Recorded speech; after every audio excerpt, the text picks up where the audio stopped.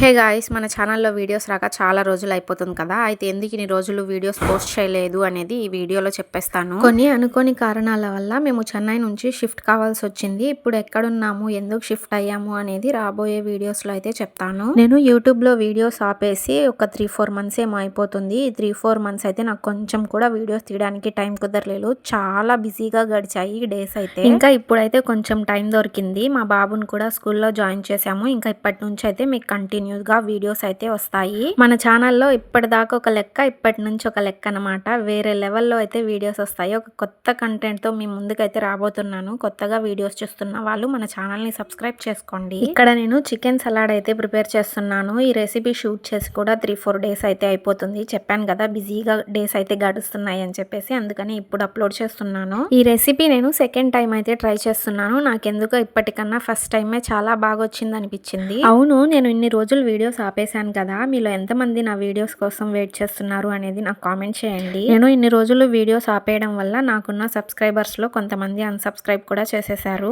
ఇప్పటి నుంచి వీడియోస్ పెట్టడంలో అస్సలు తగ్గేదే లేదు. కొత్త కంటెంట్ తో దూసుకొని వెళ్ళిపోవడమే వీడియోస్ పెట్టుకుంటూ. వీడియోస్ నచ్చినట్లయితే సబ్స్క్రైబ్ చేసి నన్ను సపోర్ట్ చేయండి. Thank you so much.